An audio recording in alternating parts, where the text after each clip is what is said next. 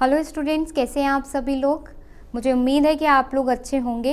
इस सीरीज़ में हम फिर से शुरू करते हैं एक नया चैप्टर 6 लोकतंत्र के परिणाम। ठीक है, चलो अगला प्रश्न हमसे भारतीय लोकतंत्र पर पूछा गया है। देखिए, भारत और संयुक्त राज्य अमेरिका, और जिसमें मुख्य रूप से भारत सबसे सफल लोकतंत्र का उदाहरण है।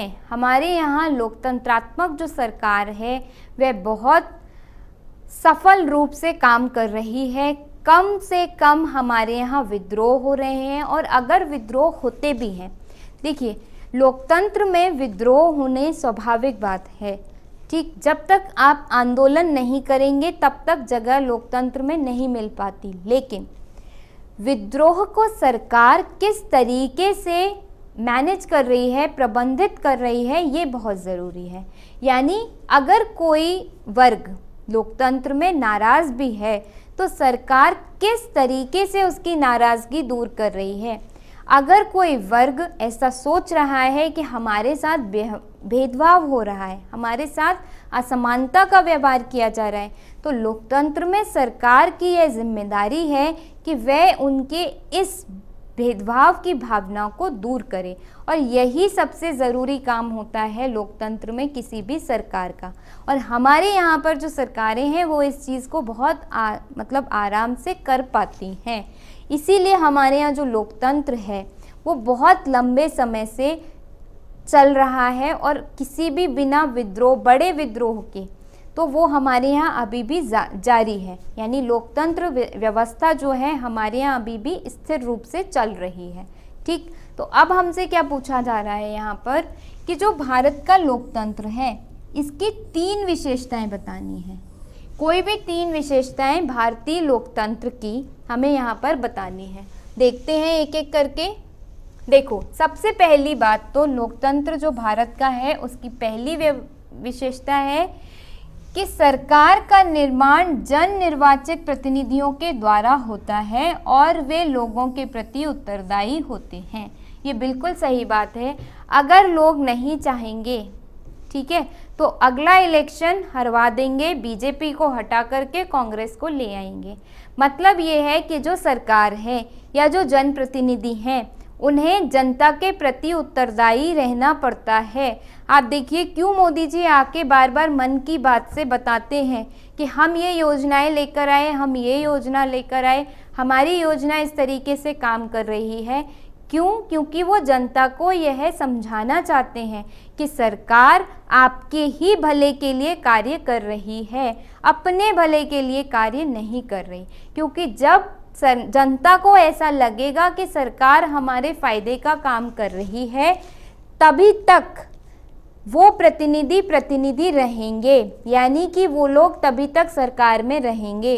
अगर जनता को एक दिन लगने लगे कि ये सरकार हमारे लिए अच्छा काम नहीं कर रही, तो जनता क्या करेगी? अगले चुनाव में वोट डाल के उस सरकार को बाहर कर देगी। मतलब जो जनप्रतिनिधि हैं वे हमारे यहाँ पर जनता के प्रति उत्तरदायी हैं। इसीलिए भारत में जो लोकतंत्र व्यवस्था है वह बहुत लंबे समय से चल रही है। दूसरा, राजनीतिक सत्ता की प्राप्ति के लिए एक से अधिक दलों के मध्य प्रतिस्पर्धा होती है। भारत में देखिए एक दल नहीं है, कई सारे दल हैं। आप अभी अगर सूची बनाने बैठेंगे तो कुछ तो जैसे मुझे भी ध्यान आते हैं, भारतीय जनता पार्टी है एक कांग्रेस, बसपा, आप, सपा, इसके अलावा तृणमूल कांग्रेस, इसके अलावा आपकी डीएमके, तो कई पार्टियां हैं यहाँ पर, कई राजनीतिक दल हैं। ठीक, अब देखिए जब कई राजनीतिक दल हैं तो जनता के पास क्या है? चुनाव का या चुनने का उनके पास मौका है। कैसे मौका है? अगर जैसे इसको इस उदाहरण से समझिए, जैसे आपके पास में फ़ोन के लिए, आप फ़ोन में कनेक्शन लेना चाहते हैं, सिम खरीदना चाहते हैं, मान लीजिए फ़ोन चलाने के लिए। आपके पास एयरटेल भी है, आपके पास जियो भी है, आपके पास वोडा भी है, आपके पास आइडिया भी है, और जो एक आध होंगी वो भी है। ठीक है, तो जब कई सारी आपके पास में चुनने के लिए हैं ऑप्शंस, बहुत सारे विकल्प आपके पास में हैं, तो आप क्या करेंगे? देखेंगे कि कौन सा अच्छा है, वो आप चुनेंगे। एयरटेल को हो सकता है आप चुनेंगे, लेकिन ये जो सारे विकल्प हैं ये आपस में क्या करेंगे, प्रतिस्पर्धा करेंगे।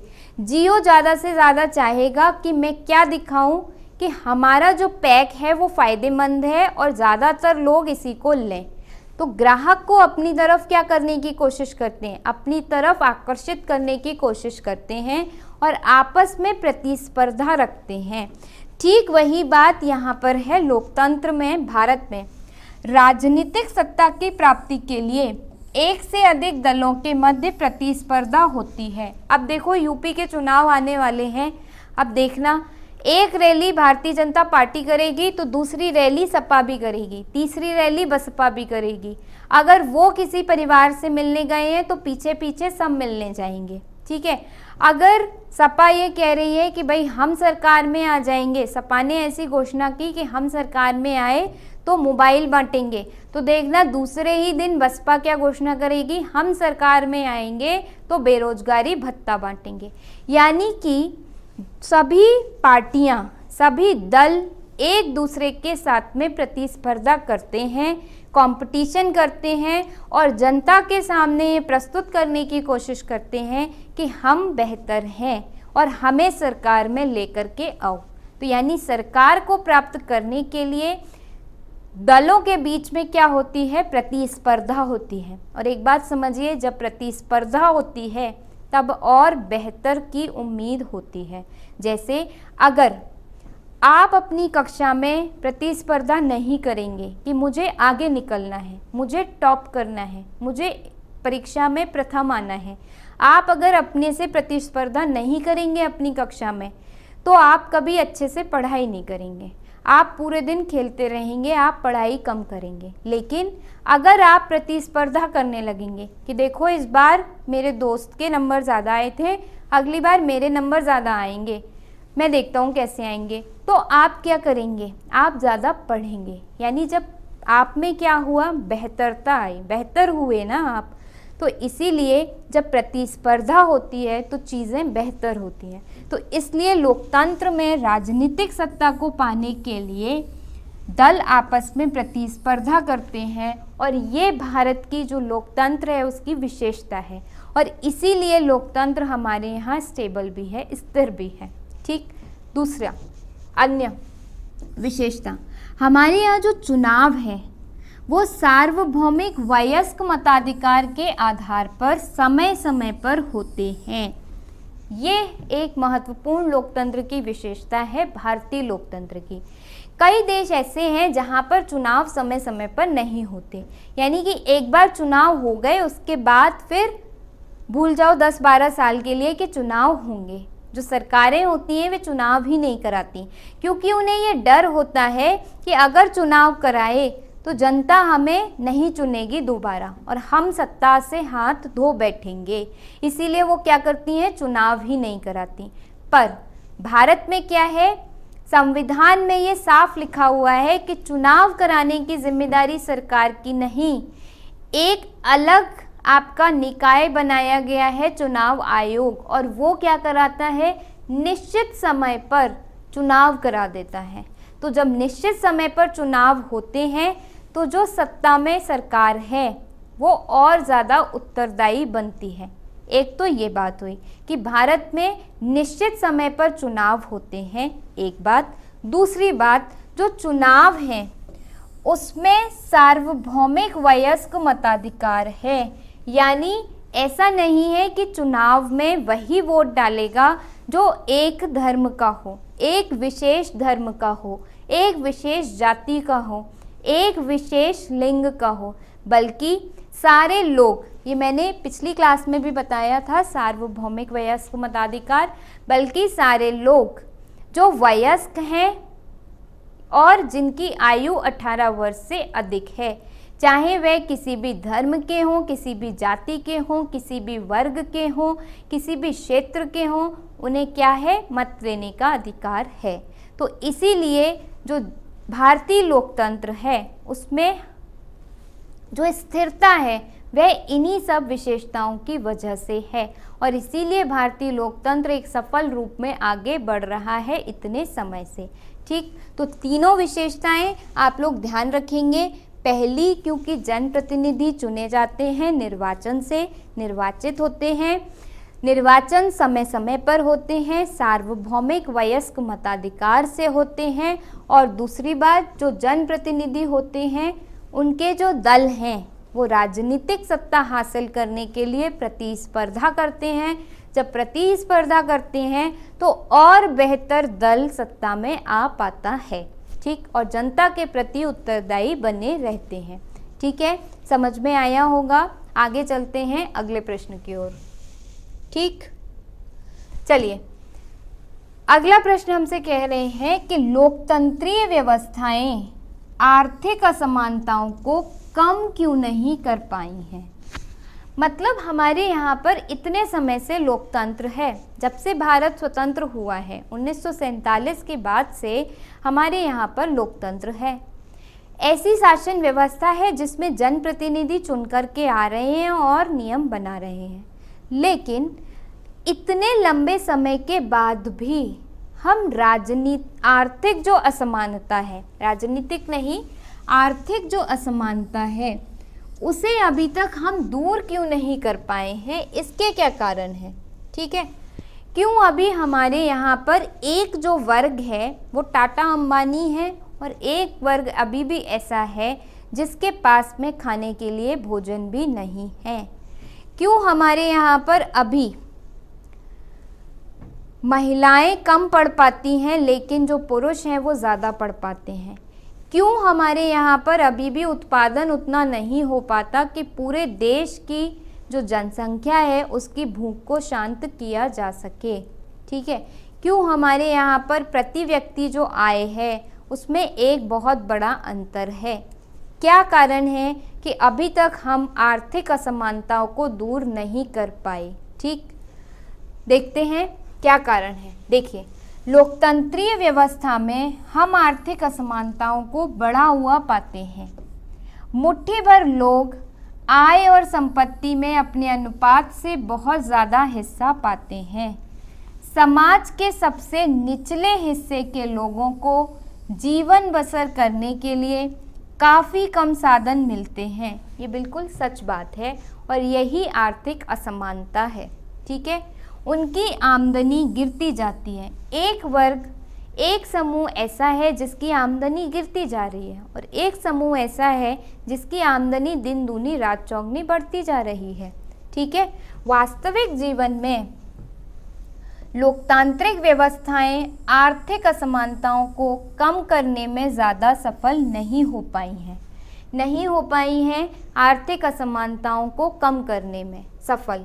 हमारे मतदाताओं में गरीबों की संख्या काफ़ी बड़ी है, इसलिए कोई भी पार्टी उनके मतों से हाथ धोना नहीं चाहेगी।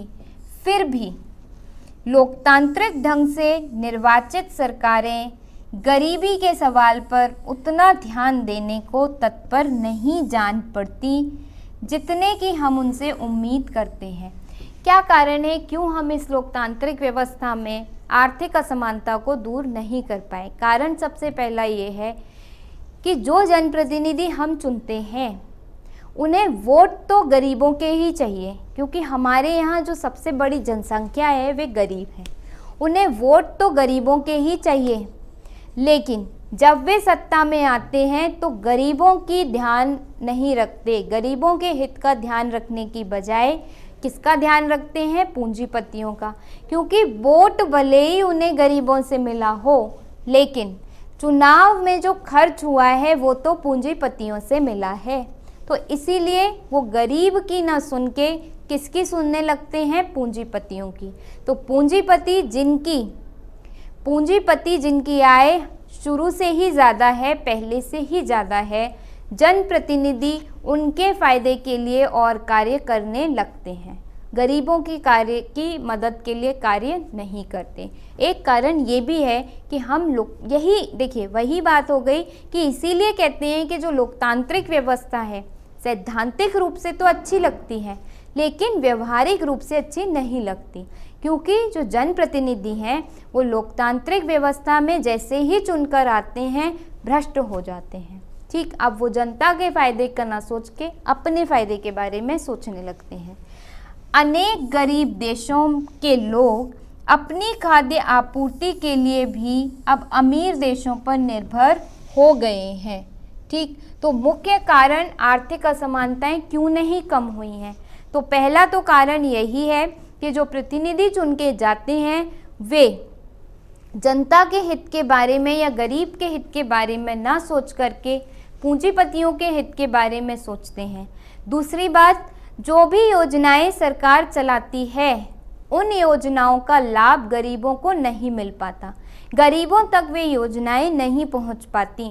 उसमें कमी, आप कह सकते हैं कि उसमें कमी संचार की भी है, उसमें कमी सरकार की भी है, और उसमें कमी जो आपका गरीब वर्ग है उसकी जागरूकता की भी है। यानी उसको पता ही नहीं है कि सरकार ने हमारे लिए क्या योजना चलाई है, उसे पता ही नहीं है कि इस योजना का लाभ हम कैसे उठा सकते हैं। तो इस वजह से आर्थिक विकास जो है उसमें अभी भी असमानता बनी हुई है। तो यही कारण है कि जो लोकतांत्रिक व्यवस्थाएं हैं उसमें आर्थिक असमानता इसलिए है। भारत में अगर मुख्य रूप से बात करें तो एक तो जो प्रतिनिधि हैं वे प्रतिनिधि बनने के बाद में या सरकार में जाने के बाद में जनता के प्रति अपने जो कर्तव्य हैं उन्हें भूल जाते हैं, उनके भले की न सोच करके स्वयं के भले के बारे में सोचते हैं। दूसरी बात, जो भी योजनाएं सरकार चलाती है उनका लाभ जनता तक या जो गरीब वर्ग है उस तक नहीं पहुंच पाता। और तीसरी बात, जो आपकी सरकार है वह भी क्या करती है कि इतनी ज़्यादा ध्यान नहीं देती, उसका मतलब चेक नहीं करती उस चीज़ को कि कौन सी योजना का जो लाभ है वह गरीब वर्ग तक सही मायने में पहुंच पा रहा है या नहीं पहुंच पा रहा। चौथी बात, जो गरीब वर्ग है वो सरकार तक अपनी बात पहुंचाने में भी नाकामयाब रहता है। क्योंकि देखिए, जब जनप्रतिनिधि जब तक चुने नहीं गए होते तब तक तो जाके सबका दरवाज़ा खटखटाते हैं कि भाई हमें वोट दो, हमें वोट दो, हमें वोट दो। लेकिन जैसे वो जनप्रतिनिधि बन जाते हैं, देखिए मैं सबकी बात नहीं कर रही हूँ, कुछ अच्छे भी होते हैं, लेकिन ज़्यादातर हम अगर कहें तब फिर वो क्या करते हैं कि सिर्फ संसद तक सीमित रह जाते हैं। फिर वो अपने गांव में जाकर के कभी नहीं पूछते कि भैया आपको ये सुविधा मिल रही है या नहीं मिल रही, या अब आपको कोई समस्या तो नहीं है या अभी भी आपको कोई समस्या है। फिर वो आकर के वापस से कभी पूछते नहीं हैं। तो ये भी एक कारण है कि आर्थिक विकास में असमानता बनी हुई है। ठीक है, चलते हैं अगले प्रश्न की ओर। अगला पूछा जा रहा है, लोकतंत्र किस तरह उत्तरदायी है, जिम्मेवार है और वैध सरकार का गठन करता है। यानी लोकतंत्र कैसे एक उत्तरदायी सरकार, कैसे एक जिम्मेदार सरकार और कैसे एक वैध सरकार का गठन करता है। वैध सरकार से यहाँ पे आशय है ऐसी सरकार जो नियमों और कानूनों पर चलती है। तो लोकतंत्र की ऐसी सरकार के गठन करने में क्या भूमिका है, हमें वो देखनी है। देखिए, सबसे पहली भूमिका, लोकतंत्र में स्वतंत्र और निष्पक्ष चुनाव होते हैं। तो जब लोकतंत्र में स्वतंत्र और निष्पक्ष चुनाव होंगे तो जनता के प्रति जो प्रतिनिधि हैं वो क्या बनेंगे, उत्तरदायी बनेंगे। तो उत्तरदायी सरकार बन गई हमारी। तो लोकतंत्र उत्तरदायी सरकार कैसे बनाता है, क्योंकि लोकतंत्र में स्वतंत्र एवं निष्पक्ष चुनाव होते हैं, इसी वजह से लोकतंत्र एक उत्तरदायी सरकार का निर्माण करता है। दूसरा, लोकतंत्र में कानूनों पर खुली चर्चा होती है। लोकतंत्र में जो प्रतिनिधि चुने जाते हैं वे संसद में जाकर के बैठते हैं और कानूनों पर खुली चर्चा करते हैं, और इस चर्चा की वजह से जो भी कमियां हैं उस कानून में वो सामने निकल के आती हैं। जब वे कमियां सामने निकल के आती हैं तो सरकार क्या होती है, वैध सरकार बनती है। यानी वो सरकार कानूनों के हिसाब से चलने वाली सरकार बनती है। तो लोकतंत्र में क्योंकि कानूनों पर खुली चर्चा होती है, विचार विमर्श होता है, उसके बाद कोई फैसला सामने आता है, यानी जो नियम आया है वो कैसे आया है, पूरी तरीके से कानूनी कसौटी पर कसकर, कानूनी कसौटी पर खरा उतरने के बाद ही कोई नियम सामने आता है। इसीलिए लोकतंत्र हमें एक वैध सरकार का निर्माण करके देता है। ठीक है, तीसरा कारण देखते हैं। क्योंकि लोकतंत्र में सूचना का अधिकार है, जिस वजह से क्या आती है, पारदर्शिता आती है। लोकतंत्र में हर एक व्यक्ति, हर एक नागरिक को ये अधिकार है कि कोई भी कानून आया है, कोई भी योजना आई है, कुछ भी घटित हुआ है, उसके बारे में जानकारी हासिल कर सकता है। तो क्योंकि लोकतंत्र में जनता के पास में, नागरिकों के पास में सूचना का अधिकार है, और ये सूचना का अधिकार प्रतिनिधियों पर उत्तरदायित्व बढ़ा देता है, यानी प्रतिनिधियों का उत्तरदायित्व जो है वह बढ़ जाता है। क्यों? क्योंकि जनता उनसे सवाल पूछने लगी है। जनता उनसे सवाल पूछ रही है कि भाई आपने तो कहा था कि जब आप सरकार में आओगे तो ये बिल आ जाएगा, क्यों नहीं आया? तो ये जवाब देना पड़ता है। आपने तो कहा था कि इस योजना के लिए सिर्फ इतने पैसे खर्च होंगे, लेकिन इस योजना में तो ज़्यादा पैसे खर्च हुए हैं, तो हमारे बाकी के पैसे कहाँ गए? क्योंकि जनता जनप्रतिनिधियों से सवाल करने लगती है, किसके अंतर्गत? सूचना के अधिकार के अंतर्गत। और इस वजह से जो जनप्रतिनिधि हैं वो जिम्मेवार बनते हैं। तो इस तरीके से जिम्मेवार जो सरकार है उसका गठन होता है लोकतंत्र में सूचना के अधिकार की वजह से। चौथा, जवाबदेह सरकार का गठन। वही बात है, जवाबदेह सरकार कैसे बनती है? लोकतांत्रिक व्यवस्था में एक ऐसी सरकार का गठन होता है जो कायदे कानून को मानती है। संविधान में सारी बातें लिखी हुई हैं सरकार बनाने की, सरकार चलाने की। तो क्योंकि लोकतंत्र में एक संविधान है हमारे पास में, तो ऐसी सरकार का गठन होता है जो जवाबदेह हो। इस तरीके से जो लोकतंत्र है वो हमारा जवाबदेह बनता है, वो हमारा उत्तरदायी बनता है और उसका गठन होता है। किन वजह से होता है फिर से देख लेते हैं एक बारी। लोकतंत्र में स्वतंत्र और निष्पक्ष चुनाव क्या बनाते हैं? प्रतिनिधियों को जिम्मेदार बनाते हैं। कानूनों पर खुली चर्चा एक वैध सरकार का गठन करती है। सूचना का अधिकार पारदर्शिता लेकर आता है, जिससे जो प्रतिनिधि हैं वो उत्तरदायी बनते हैं, जिम्मेदार बनते हैं। जवाबदेह सरकार का गठन होता है। क्यों? क्योंकि सरकार संविधान के अंतर्गत गठित की जाती है, संविधान के नियमों का पालन करते हुए गठित की जाती है। और अगर वह संविधान के नियमों का उल्लंघन करके कोई भी कानून लेकर आती है तो उसे न्यायपालिका के समक्ष जवाबदेह होना पड़ता है। इस वजह से भी एक जिम्मेवार सरकार लोकतंत्र में हमें देखने को मिलती है। ठीक है, समझ में आ गया? चलिए आगे चलें। अब पूछा गया है कि भारतीय लोकतंत्र की सफलता के लिए किन्हीं 4 आवश्यक दशाओं का वर्णन कीजिए। 4 कारण बताने हैं जिनकी वजह से भारतीय जो लोकतंत्र है वो इतना सफल है। ठीक, 4 कारण बताने हैं जिनकी वजह से भारतीय लोकतंत्र इतना सफल है। देखो, पहला कारण, क्यों भारतीय लोकतंत्र सफल है? क्योंकि हमारे यहाँ निष्पक्ष प्रेस है। अखबार में आप निष्पक्ष रूप से अपने विचारों को छपवा सकते हैं। अगर सरकार की कोई बात आपको अच्छी नहीं लगती तो आप प्रेस में जाइए, देकर आइए, आपका वो छप जाएगा। तो हमारे यहाँ क्योंकि निष्पक्ष प्रेस है, अपनी बात कहने का हमारे यहाँ एक मूल अधिकार है। हमारे यहाँ अभिव्यक्ति की स्वतंत्रता है, जिस वजह से जो भारत में लोकतंत्र है वह सफल है। जब हमारे पास अभिव्यक्ति की स्वतंत्रता है तो प्रतिनिधियों को क्या है? प्रतिनिधियों को क्या है? डर है कि भैया अगर योजना अच्छी नहीं लगी इन लोगों को तो ये क्या करेंगे? बोल देंगे कि योजना खराब है। और अगर एक व्यक्ति ने ऐसा बोला तो सारे उसके साथ में हो लेंगे और अगली बार हमें चुनाव में कोई भी जीतने नहीं देगा, यानी हमारा पत्ता साफ। तो इस वजह से भी भारत में जो लोकतंत्र है वह सफल है।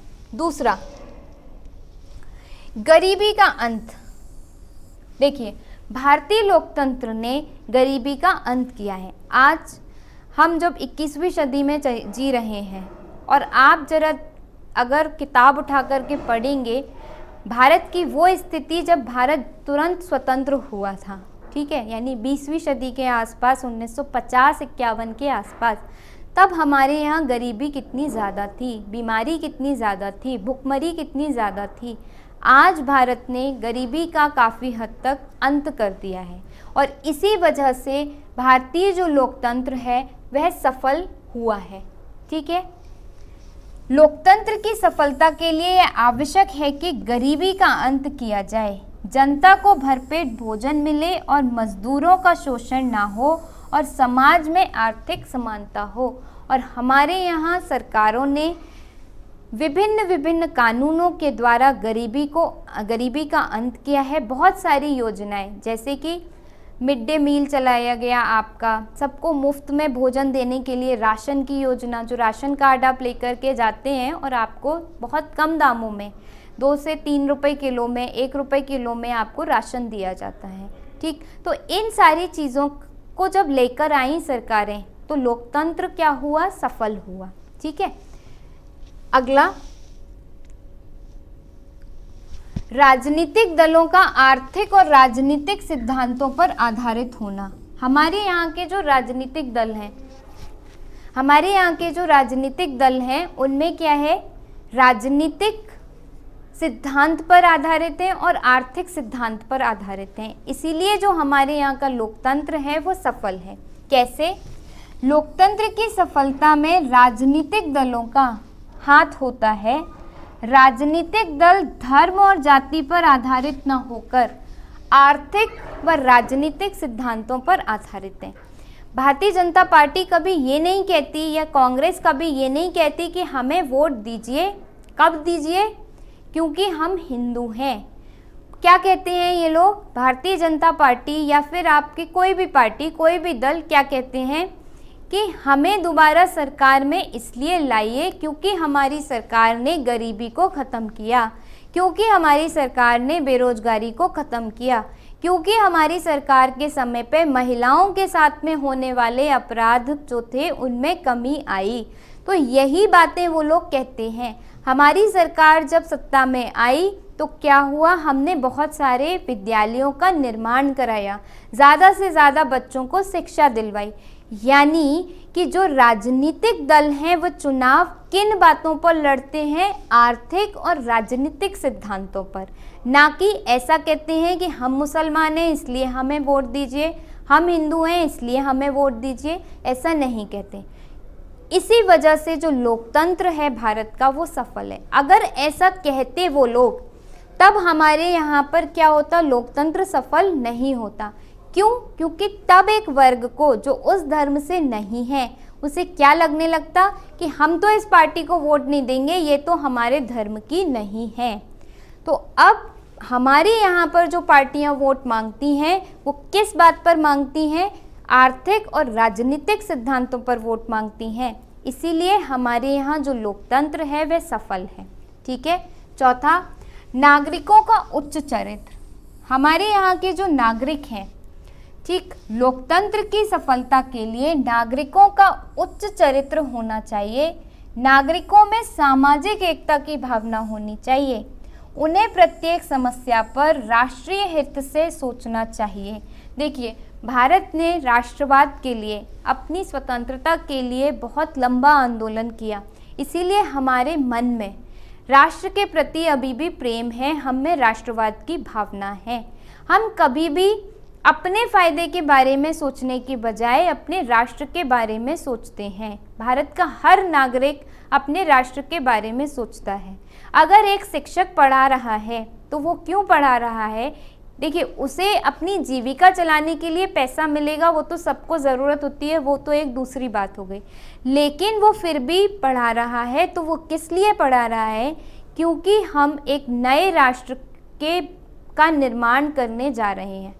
शिक्षक ये सोचता है कि मैं अपने राष्ट्र के लिए कुछ कर रहा हूँ। किस रूप में कर रहा हूँ? इन बच्चों को पढ़ा करके, क्योंकि आगे जा कर के ये मेरे राष्ट्र का भविष्य है। एक किसान अगर फसल उगा रहा है तो वो इतने बड़े खेत पर क्यों फसल उगाता है? ठीक, क्यों फसल उगाता है? उसे तो खुद 2 ही रोटी खानी है। छोटा सा भी अगर किसान अपना खेत जोतेगा तो उसके खाने का काम हो जाएगा। लेकिन वो क्या सोचता है, इतनी गर्मी में, इतनी धूप में, बारिश में भी वो अपने खेतों में लगा रहता है। क्यों? क्योंकि राष्ट्रवाद की भावना है उसके मन में। वो यह सोचता है कि अगर मैंने अन्न नहीं उपजाया तो पता नहीं मेरे देश के कितने लोग भूखे मर जाएंगे, भूखे कितने बच्चे सोएंगे अगर मैंने अन्न नहीं उपजाया तो। इसीलिए तो वो दिन में भी, रात में भी, बारिश में भी क्या करता है? अन्न को उपजाने के लिए तैयार रहता है। ठीक है, तो भारत के साथ में सबसे मुख्य बात यह है कि भारत में जो नागरिक हैं उनमें राष्ट्रवाद की भावना बहुत अच्छे से भरी हुई है, मतलब बहुत गहरी उनके अंदर ये भावना जमी हुई है। उच्च चरित्र है उनका, जो अपने हित के बारे में न सोच करके सदैव राष्ट्रीय हित के बारे में सोचते हैं, और इसीलिए भारत में लोकतंत्र जो है वह सफल है। ठीक, तो भारत में अगर लोकतंत्र की सफलता के हम कारण देखें तो हमने निष्पक्ष प्रेस, गरीबी का अंत, इसके साथ साथ राजनीतिक दलों में आर्थिक और राजनीतिक सिद्धांतों पर आधारित होना, और इसके साथ नागरिकों का उच्च चरित्र होना, इस वजह से जो भारत का लोकतंत्र है वह एक सफल लोकतंत्र है। ठीक है, चलिए यहाँ पर आपका जो ये वाला चैप्टर है, ये वाला जो अध्याय है वह खत्म होता है। ठीक है, थैंक यू सो मच। आप लोग अच्छे से तैयारी करिए। जो भी प्रश्न यहाँ पर चर्चा किए जाती है, जिन प्रश्नों पर, उन पर एक बार ज़रूर और लिख करके देख लें उन प्रश्नों को, जिससे ये प्रश्न आपके पक्के हो जाएं। ठीक, चलिए, थैंक यू।